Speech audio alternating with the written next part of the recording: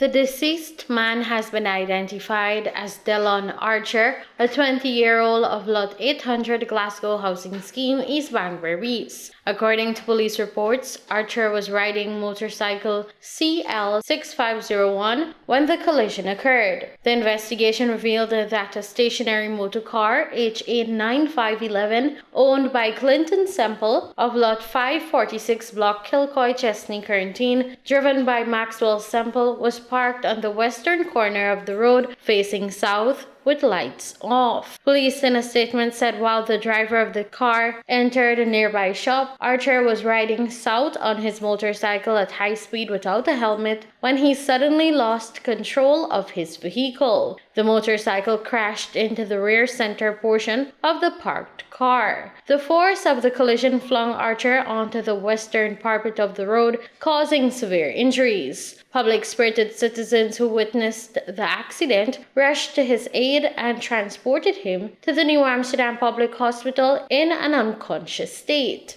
Upon arrival, doctors attended to him and he was immediately placed in the intensive care unit. Archer remained in a critical condition in the ICU for the entire month, fighting for his life, but later passed away on March 01, 2025. In an interview with reporters on Tuesday, March 04, 2025, Neil Archer, the father of the deceased, recalled that he was at home when he received a phone call about the incident. I got a phone call from a very good friend of mine that my son was in an accident. I said, which one of them? Then she called, he said, don't go on the road, go at the hospital in Westel. I see my son lying in a pool of blood, and the doctor was trying to resuscitate him because he's not getting himself. When I learned about the accident, I asked what happened. They said it collided some motorbike. I was not there, I didn't know, but they said that he was riding a motorbike going up and somebody turned in front of him and collided with him, car to lose control, and he fell on the ground, slashed on a parked car and lashed his head on a concrete bridge. Caused him hospitalized at Nam's Hospital, and they transferred him to Georgetown at the accident mortuary. The extent of Archer's injuries was devastating, his father explained.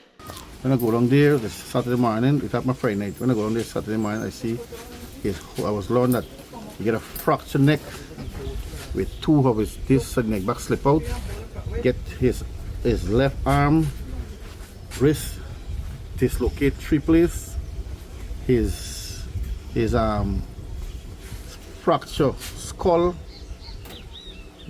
break and hang in over his brains, bleeding brains, and his lungs swell up.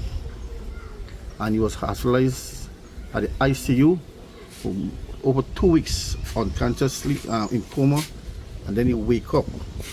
After he was on the life support machine for 2 weeks, and then I have to wake up, and then the OPI, and they transfer him to New Amsterdam for medical care because the high density ward where I put him was full, so I transferred him to New Amsterdam. And I used to go and see him every day. I used to go and he used to drink Ensure, his juice. I do every morning when I go to my mother. I would say that my mother played a very good role in his my son accident. She was in Georgetown looking at him. The doctor said that he had a fractured skull. The impounded brains, his brain swell. No. He have a fractured skull and a septic lungs.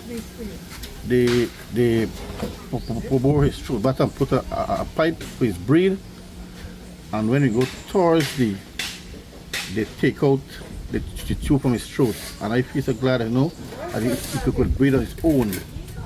And suddenly so he start to panicking for breath, and they put an oxygen on his mouth. And he may say that he died Saturday morning. So the doctor said he's fractured skull and a septic lungs. Impounded brain swell up. Reporting for the LRTVS NewsWatch, Salochni Rupnarayan.